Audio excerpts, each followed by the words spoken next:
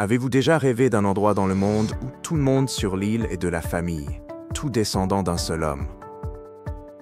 Ou peut-être d'une île qui est devenue le dernier refuge de Napoléon Bonaparte dans ses derniers jours? Imaginez une île si isolée du monde que l'hôpital le plus proche se trouve à plus de 2000 milles. Visualisez un havre éloigné, autrefois refuge de rebelles, dont les légendaires histoires sont désormais gravées à jamais dans l'histoire.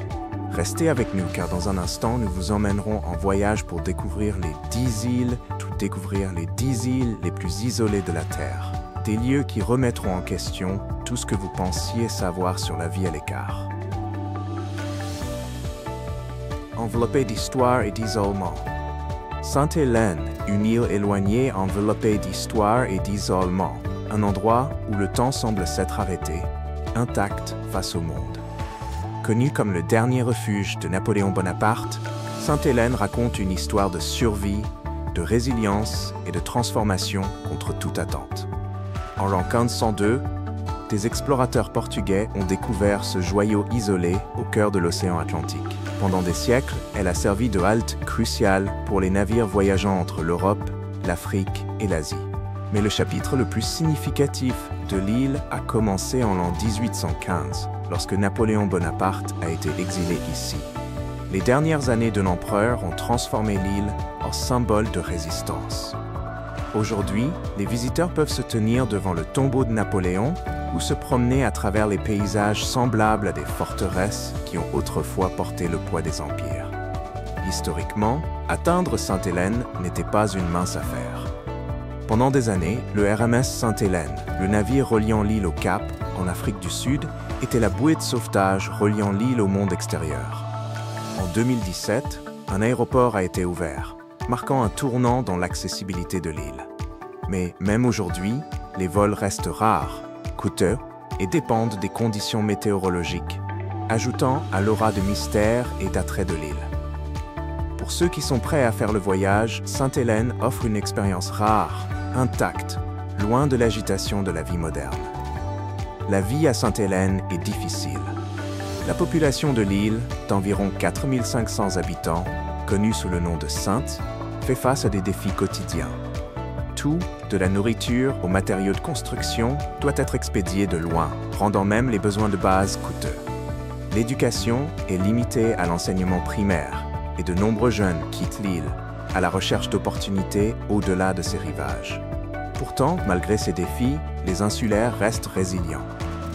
Le mélange diversifié d'héritages africains, européens et asiatiques parmi les habitants est la preuve que l'isolement peut renforcer la force et l'unité.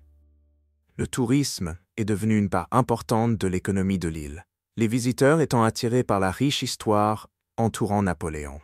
Cependant, l'infrastructure limitée et son emplacement éloigné maintiennent le flux de touristes relativement faible. Que pensez-vous de la beauté et de l'histoire de cet endroit unique? Avez-vous déjà visité Sainte-Hélène ou vécu son passé fascinant de première main? Nous aimerions connaître vos pensées et vos histoires dans les commentaires ci-dessous. Croyez-vous qu'il existe encore une île avec seulement 60 habitants? Nichée dans l'immense océan Pacifique, à des milliers de milles du continent le plus proche, se trouve l'île Pitcairn, un lieu devenu refuge après un événement légendaire. L'histoire commence en l'an 1789, avec la mutinerie infâme à bord du HMS Bounty. Le capitaine William Bligh a été renversé par un groupe de marins dirigé par Fletcher Christian. Pour échapper à la justice britannique, les mutins ont cherché l'un des endroits les plus isolés qu'ils pouvaient trouver, l'île Pitcairn. Avec des Polynésiens de Tahiti, ils ont construit une nouvelle vie, mélangeant leur culture dans une complète solitude vis-à-vis du reste du monde. La culture de Pitcairn est vraiment unique. Les insulaires parlent le Pitcairn, une langue unique qui mélange l'anglais du XVIIIe siècle avec des influences polynésiennes. La créativité est profondément ancrée ici, notamment dans les métiers traditionnels des insulaires. Ils sculptent des sculptures en bois délicates et tissent des paniers détaillés, des compétences transmises à travers les générations. Ces artisanats ne sont pas seulement des souvenirs, ils sont un moyen vital de préserver l'histoire, la culture et l'identité de l'île. Si vous vous promenez dans le village, vous verrez des mains habiles transformer le bois en art, chaque pièce rendant hommage à la résilience de leurs ancêtres. Mais la vie sur Pitcairn n'est pas sans défi. Il n'y a pas d'aéroport sur l'île. Et les bateaux, le seul lien avec le monde extérieur, peuvent mettre des jours à arriver, selon la météo et les conditions maritimes. Cet isolement crée une communauté soudée, mais rend également la vie quotidienne difficile. Les jeunes partent souvent pour poursuivre leurs études ou chercher de meilleures opportunités, et beaucoup ne reviennent pas. Avec seulement 60 résidents, l'avenir de Pitcairn est incertain. Le manque de jeunes générations pour perpétuer les traditions rend la survie de l'île précaire. Les fournitures essentielles doivent être commandées des mois à l'avance, et même les soins de santé de base nécessitent de voyager vers la Nouvelle-Zélande ou Tahiti. L'isolement de Pitcairn est à la fois sa plus grande beauté et son plus grand défi. Considérez l'histoire de Jackie Christian, une descendante de Fletcher Christian, qui a travaillé sans relâche pour préserver le patrimoine culturel de l'île. Elle se souvient d'avoir appris à tisser des paniers enfants, assise avec sa grand-mère, qui partageait des histoires de la mutinerie tout en créant. Jackie dit que ces traditions sont plus que de simples souvenirs. Elles sont des bouées de sauvetage, un moyen de garder l'histoire de Pitcairn vivante, dans un monde qui l'oublie rapidement. Avec seulement environ 60 résidents, l'avenir de Pitcairn est suspendu à un fil. Mais l'histoire ne s'arrête pas là. Restez avec nous alors que nous nous dirigeons vers une autre île isolée, où chaque résident est de la famille et un descendant direct d'un homme. Mais avant de continuer, assurez-vous de vous abonner à notre chaîne et d'activer les notifications pour ne jamais manquer une mise à jour ces fascinantes perles cachées. L'île Palmerston est différente de tout autre endroit sur Terre. Avec seulement 62 habitants, c'est plus qu'une simple communauté isolée, c'est une famille soudée. Chaque résident, à l'exception de 3, est un descendant direct d'un homme, William Masters, qui a fait de l'île son foyer en l'an 1863. La vie sur Palmerston est définie par la simplicité et l'autosuffisance. Il n'y a pas de magasin, de banque ou de marché. Les insulaires comptent sur leur ingéniosité pour satisfaire leurs besoins quotidiens. La pêche est le cœur de leur économie, fournissant à la fois nourriture et revenus. L'eau de pluie, soigneusement collectée et stockée, est leur seule source d'eau potable. L'électricité, fournie par des générateurs diesel, est un luxe qui ne dure que 6 heures par jour.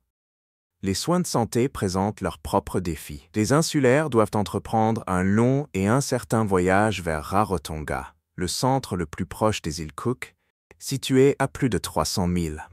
Ce voyage peut prendre plusieurs jours selon les conditions maritimes, un rappel constant de l'isolement véritable de Palmerston. Malgré ces difficultés, la vie sur l'île suit un rythme constant de résilience. Les femmes jouent un rôle vital, de l'éducation de leur famille à la gestion des ressources avec soin. Leur contribution assure la survie de la communauté, créant un tissu d'interdépendance et de connexion. L'île Palmerston n'est pas seulement un foyer, c'est un témoignage vivant du pouvoir de la famille. William Masters, qui a eu 23 enfants avec ses épouses polynésiennes, a fondé cette communauté. Aujourd'hui, l'île prospère grâce à son histoire partagée et à ses forts liens familiaux. Cette connexion s'étend à leur relation avec le monde naturel. Les récifs coralliens de l'île ne sont pas seulement d'une beauté à couper le souffle, mais aussi essentiels à la survie des insulaires. Ils dépendent de l'océan pour leur subsistance, ayant développé un profond respect pour ses rythmes et ses ressources. Que pensez-vous de la nature soudée de la communauté de l'île? Aimeriez-vous visiter et découvrir la beauté intacte de l'île par vous-même? Nous serions ravis d'entendre vos pensées et vos rêves dans les commentaires ci-dessous. Tristan da Cunha est le symbole ultime de l'isolement. Avec seulement 250 habitants, cette île éloignée est située au milieu de l'océan Atlantique, à plus de 1700 milles d'Afrique du Sud et à plus de 2000 milles de l'Amérique du Sud. Mais qu'est-ce qui pousse les gens à vivre dans une telle solitude? Qu'est-ce qui les garde ici, malgré les nombreux défis? Aujourd'hui, nous examinons de plus près la vie à Tristan da Cunha. Vivre à Tristan da Cunha n'est pas pour les âmes sensibles. Cela signifie attendre des mois l'arrivée des fournitures par bateau. L'hôpital le plus proche est à près de 2000 milles, et même les soins médicaux de base nécessitent un immense effort pour être obtenus. Les hivers rigoureux et les tempêtes violentes frappent la côte, avec des vents si forts que sortir peut sembler une tâche impossible. Pourtant, au sein de ces conditions difficiles se cache une beauté brute et indomptée qui est difficile à capturer avec des mots. Pour les ornithologues et les amoureux de la mer, Tristan da Cunha est un sanctuaire. Ses eaux sont un refuge sûr pour des espèces menacées, tandis que ses falaises et ses collines ondulantes abritent d'innombrables oiseaux de mer. Mais il y a un rappel constant de la vulnérabilité de ce paradis, le volcan de l'île. En 1961, une éruption a forcé l'ensemble de la population à évacuer vers l'Angleterre. Bien qu'il soit finalement revenu, le volcan reste une force omniprésente, façonnant silencieusement leur vie. L'histoire de Tristan da Cunha est celle de la transformation et de la survie. Elle a été d'abord colonisée au début du XIXe siècle par des pêcheurs, des survivants de naufrages et des explorateurs. Aujourd'hui, la petite communauté de l'île porte encore les noms de ses premiers colons: Glass, Breen, Swain. Ces familles ont transformé l'isolement en force, construisant une communauté soudée qui perdure contre toute attente. Les femmes jouent un rôle crucial dans la survie de Tristan da Cunha. De l'éducation des enfants dans l'école de l'île à la cohésion de la structure sociale, elles sont le pilier de cette communauté isolée. Leur résilience, leur créativité et leur ingéniosité garantissent que les traditions restent vivantes, même face aux défis modernes. Mary Glass, une résidente de longue date, parle de la beauté de l'île et de ses difficultés avec un profond respect. La vie est dure, dit-elle, ses mains occupées à réparer un filet de pêche. Mais c'est notre vie. Quand les tempêtes font rage, nous nous unissons.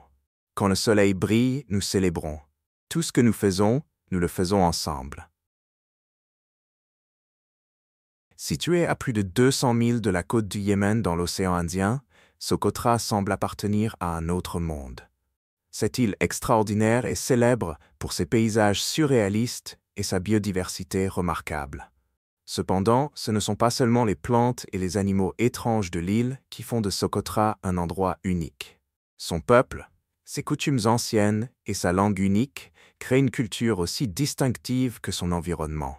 C'est une histoire d'isolement, de survie et d'une profonde connexion avec la nature. La biodiversité de Socotra est tout simplement époustouflante. Environ un tiers des plantes et des animaux de l'île ne se trouvent nulle part ailleurs sur Terre, en faisant un point chaud pour les amoureux de la nature et les scientifiques. L'arbre à sang de dragon, avec ses branches en forme de parapluie et sa sève rouge, est l'une des nombreuses merveilles naturelles qui définissent cette île. Le peuple de l'île, principalement des Bédouins et des descendants des anciens commerçants arabes, vit en harmonie avec cet environnement exceptionnel depuis des siècles. Leur langue, le socotri, est unique en son genre, un rappel vivant de l'isolement culturel et géographique de l'île. Ces traditions s'étendent à l'utilisation de plantes indigènes. Les femmes jouent un rôle clé dans la préservation des connaissances sur les herbes médicinales de Socotra. Depuis des siècles, elles utilisent la résine de l'arbre à sang de dragon pour traiter les blessures et l'encens à des fins spirituelles et médicinales. Socotra prospère par l'équilibre, une relation délicate entre son peuple et la nature. Les insulaires dépendent des plantes et des animaux rares de l'île pour leur nourriture, leur médecine et leur construction, mais ils ne prennent que ce dont ils ont besoin, assurant la survie de l'écosystème pour les générations futures. Cependant, cet équilibre est de plus en plus menacé par le changement climatique et l'augmentation du tourisme. L'île de Pâques, également connue sous le nom de Rapa Nui par son peuple, est l'un des endroits les plus mystérieux de la planète. Située à plus de 2000 milles de la Terre la plus proche, cette île isolée du Pacifique est célèbre pour ses statues moai, de gigantesques figures de pierre qui détiennent les secrets d'une civilisation perdue. Le peuple Rapa Nui est arrivé sur l'île vers l'an 1200, naviguant des milliers de milles à travers l'océan ouvert, en utilisant uniquement les étoiles et des méthodes de navigation traditionnelles.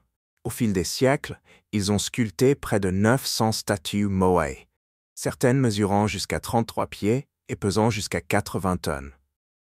Cependant, la construction des Moai a eu des conséquences.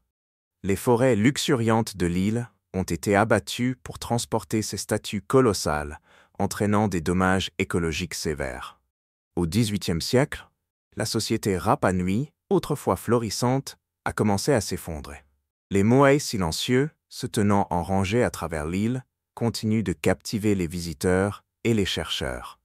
De nombreuses statues ont été renversées lors de conflits tribaux au XVIIe siècle, mais des efforts de restauration sont actuellement en cours pour les remettre dans leur position d'origine.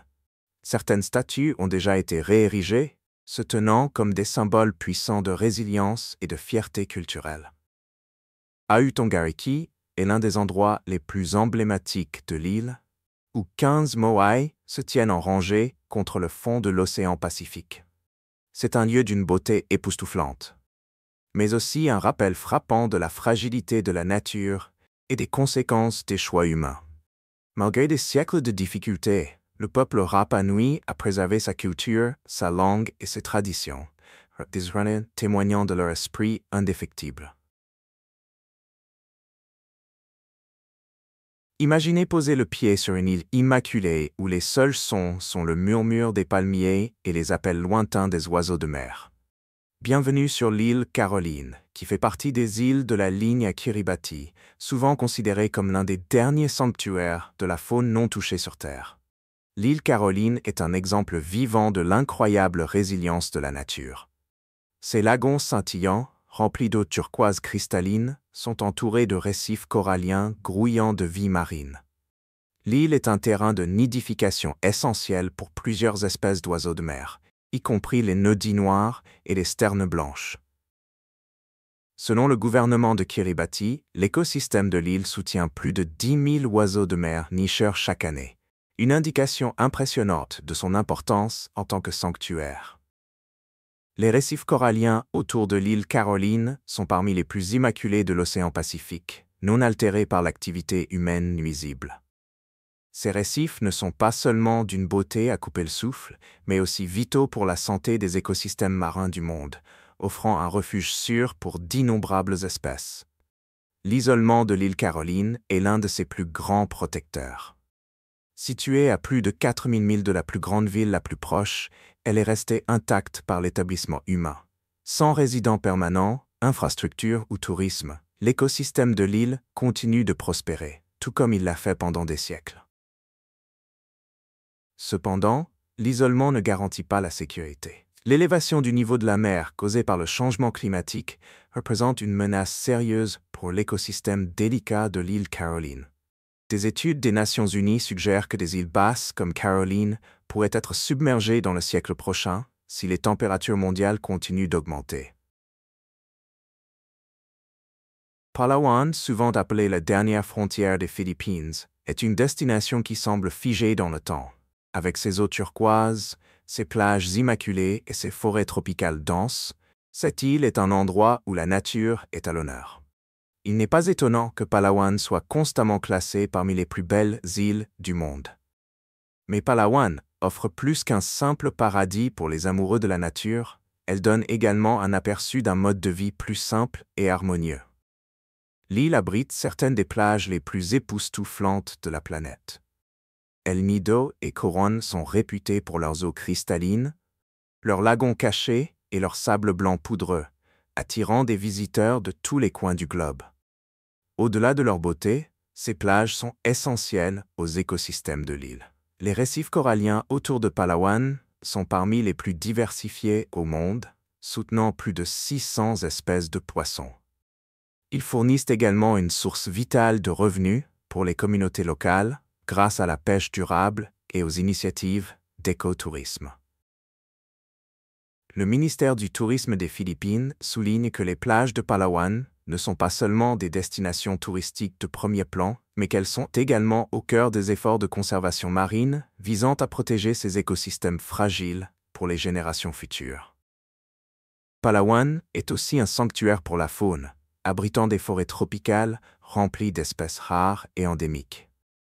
L'un de ses sites les plus célèbres est le parc national de la rivière souterraine de Puerto Princesa, un site du patrimoine mondial de l'UNESCO. La rivière souterraine serpente à travers des grottes de calcaire, offrant aux visiteurs un aperçu de la beauté intacte de la nature. L'île abrite le rare faisan paon de Palawan, le pangolin philippin et le dugong, également connu sous le nom de vache de mer, en faisant une destination de rêve pour les passionnés de la faune. Pour les femmes de Palawan, la nature n'est pas seulement un décor, c'est un mode de vie. De nombreuses femmes locales sont à l'avant-garde des initiatives d'écotourisme, guidant les visiteurs à travers les mangroves ou les éduquant sur les plantes indigènes et leurs usages traditionnels. Palawan offre également un mode de vie abordable, ce qui en fait une option attrayante non seulement pour les touristes, mais aussi pour les retraités et les expatriés. Avec son rythme de vie détendu, ses fruits de mer frais et ses communautés accueillantes, c'est un endroit où les gens peuvent échapper au stress de la vie moderne. Selon un rapport de Numbo, une base de données sur le coût de la vie à Palawan est considérablement inférieur à celui des grandes villes, en faisant une destination idéale pour ceux qui recherchent la paix et l'épanouissement. L'île Lord Howe, un bijou en forme de croissant dans la mer de Tasmanie, est un endroit d'une beauté naturelle remarquable. Abritant le récif corallien le plus méridional du monde, elle offre un environnement si pur qu'il semble que le temps se soit arrêté. Mais la véritable magie de l'île réside non seulement dans ses paysages, mais aussi dans la manière dont ses habitants protègent et vivent en harmonie avec cet écosystème unique. Le récif corallien entourant l'île Lord Howe est le plus méridional de son genre, s'étendant sur 6 km d'eau cristalline.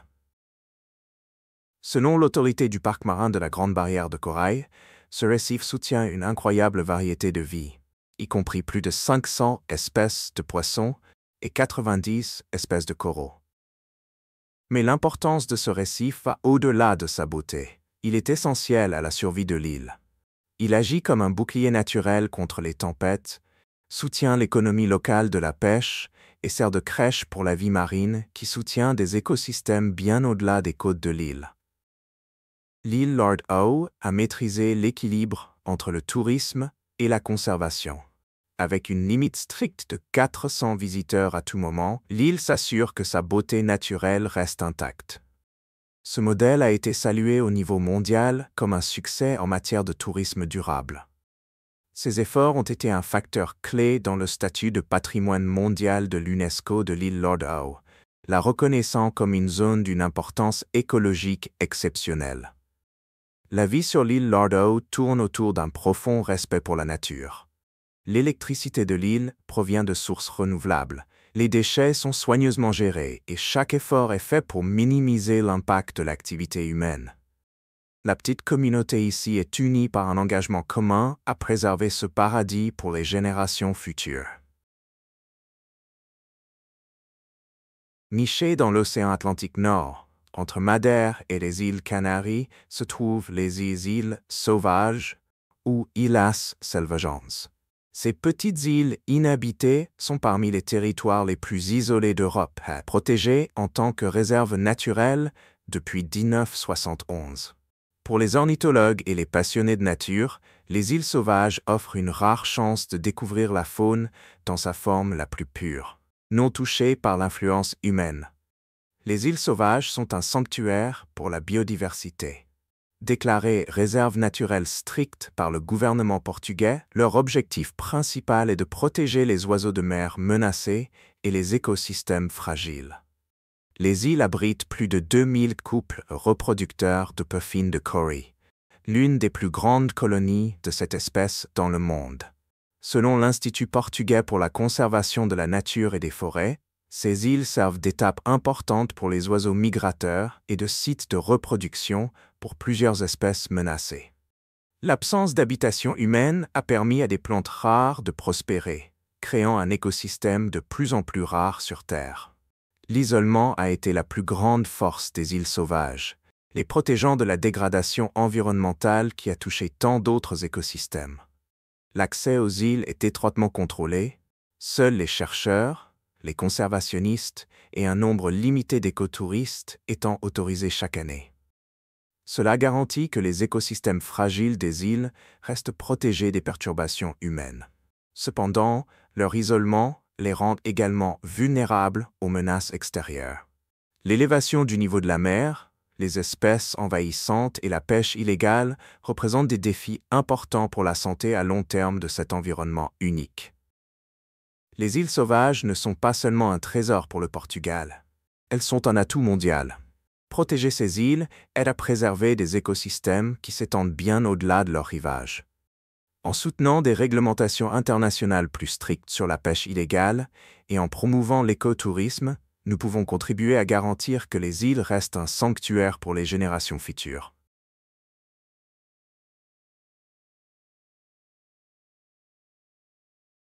Si vous avez aimé la vidéo d'aujourd'hui, n'hésitez pas à cliquer sur le bouton j'aime et n'oubliez pas de vous abonner à la chaîne.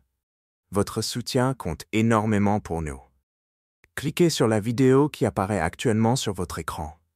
Je suis sûr que ce contenu va vous plaire. Dites-nous en commentaire quel pays vous aimeriez voir présenté sur notre chaîne. Merci beaucoup d'avoir regardé et à très bientôt dans la prochaine vidéo. Merci de nous avoir rejoints dans cette aventure géniale. Déposez vos pensées dans les commentaires, donnez-nous un like et n'oubliez pas de vous abonner pour plus. À la prochaine.